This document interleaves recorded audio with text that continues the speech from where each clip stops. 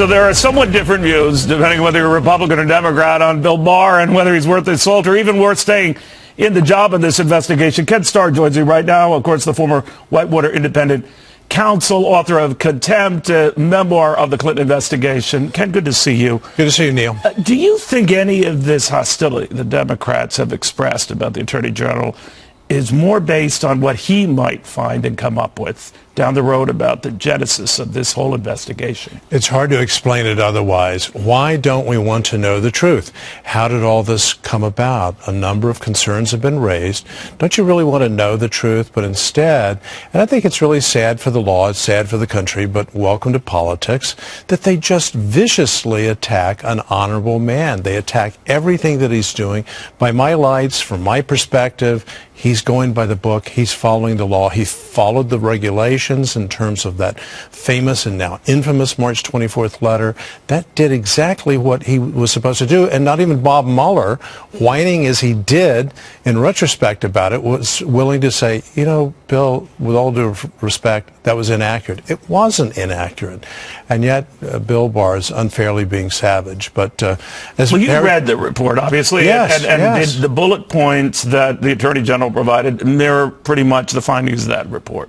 I think it stated the bottom line conclusions. Right. That's all the letter of March 24th from Bill Barr to the Congress purported to do. What more could he do?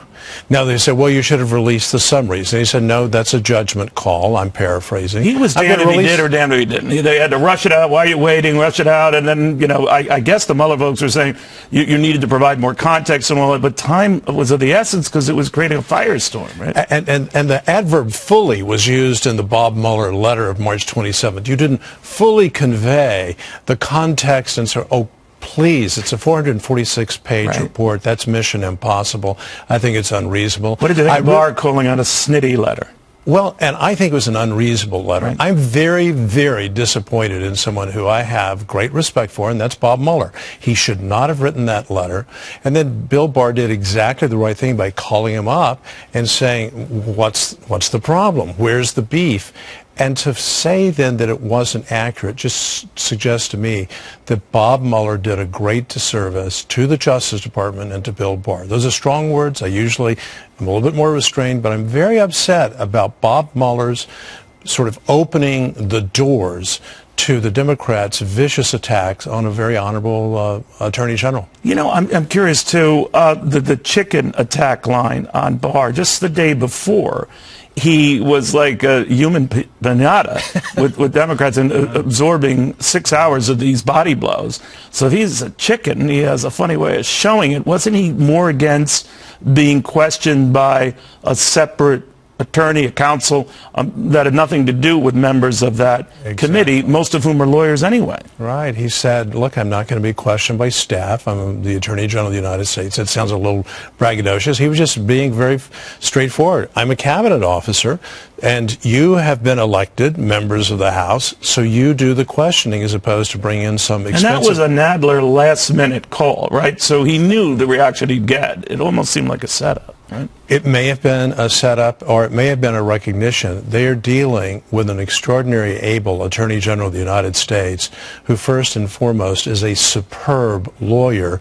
Couple that with vast experience, and he's going to be able to handle ably any questions, including from staff. But I think essentially what we have is a declaration of war by Jerry Nadler, now joined by the Senate Democrats on the Senate Judiciary Committee, now the presidential candidates joining in the declaration of war. So we're in a state of hostilities, and Bill Barr, by my lights, is performing ably, but he's also performing reasonably. Why walk into a situation when you know, I mean, here's Nancy Pelosi, right, Neil, already saying you lied. That's a polite way. And the worst thing that happened to Bill Barr, maybe the administration, is this enormously, stunningly good employment report, because if you're a Democrat, you've got to find something else to talk about, and this is fodder. Right? Politically, let's let the Attorney General, who's capable of taking all kinds of heat, take the heat. Mr. President, talk about the economy. Let Bill Barr handle this investigation on all fronts. But do you worry, even though you rightly are, Republicans have argued, let's have an investigation, as to have this investigation started, that Americans polled on this subject, and you can go any poll, they say, enough, enough. Doesn't matter. This doesn't matter because we need to know the truth. We have been through these 2 years of uncertainty. Some would say we've been 22 months of hell. We've got to find out how did all this begin. You shall know the truth. All right, Ken, thank you very much. Ken Starr. James Comey, talking about his firing from the FBI tonight, says he sees potential obstruction of justice by the president, but also says all Americans should be gratified by the no collusion conclusion. Let's bring in Fox News senior political analyst Brit Hume for reaction. What do you think about all the fallout the last couple of days as people are now putting their own spin on the Barr letter and the Mueller report? Well, people don't seem to know whether to try to spin the Barr letter or to denounce the Barr letter. My own sense about that, Shannon, is this. I think we'll probably trust the Barr letter as being an accurate representation, and broadly speaking, of what is in the Mueller report. For this reason. First of all, Barr is a guy who didn't need this job. He's got, he's had a long career. He's been Attorney General before. He has a good reputation. I don't think he's going to put that reputation at risk for some spin a report whose contents are going to become known anyway. Right. I mean, that would be an act of insanity. So I don't think that people who are pinning their hopes on that ought to keep those hopes up very high. The former FBI Director Comey also had this to say about what the Mueller report does to shed some light on the FBI. It establishes, I hope, to all people, no matter where they are on the spectrum, that the FBI is not corrupt, not a nest of vipers and spies, but an honest group of people trying to find out what is true. Is that the way you see the report?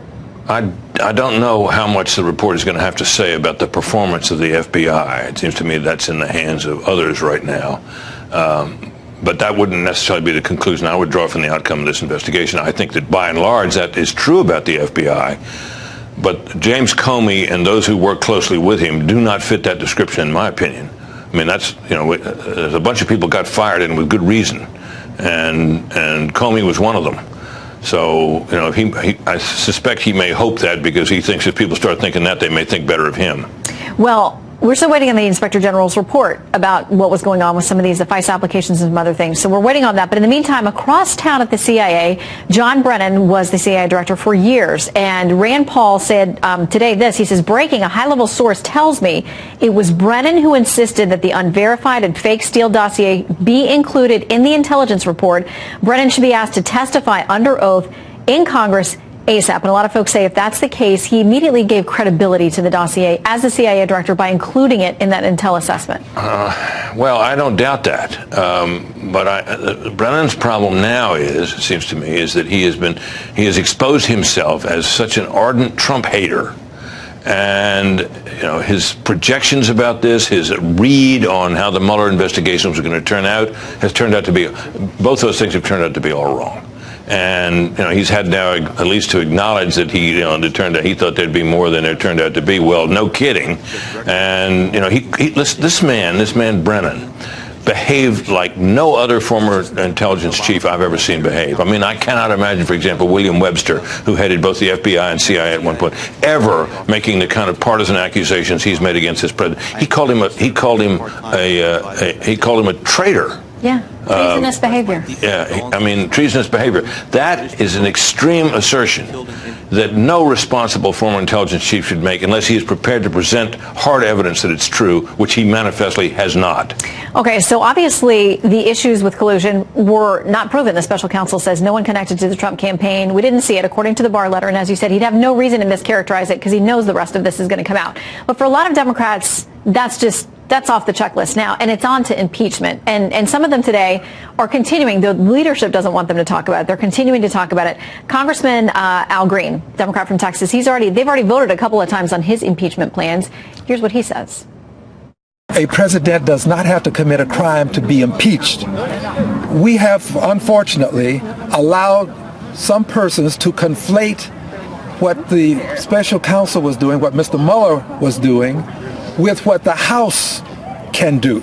Yeah, a much lower level than making a legal case on the issues. Well, in the end, impeachment is a political question. But it's also the case, Mr. Green notwithstanding, that the Constitution speaks of high crimes and misdemeanors. So that's the reason why people sort of get the idea that you have to commit a crime in order to be impeached as president. It's not true. A high crime for Congress is for impeachment purposes, whatever Congress says it is. But that's kind of where we are. Let me make one other point, though. Not everybody's given up on collusion. That's true. Adam Schiff is still banging on about it, and is tonight. And, you know, people keep asserting, well, what Mueller found was that what Trump didn't rise to the level of a crime or that he couldn't make the case.